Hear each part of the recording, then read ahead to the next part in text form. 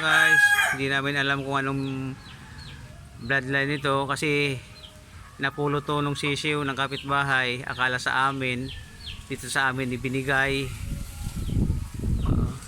Siguro kung mga going to 5 months pa lang to, eh hinuhulaan na lang namin kung anong BL nito. Oh. Parang sweater Boston o ayan o. Oh. Ayun guys, hulaan nyo.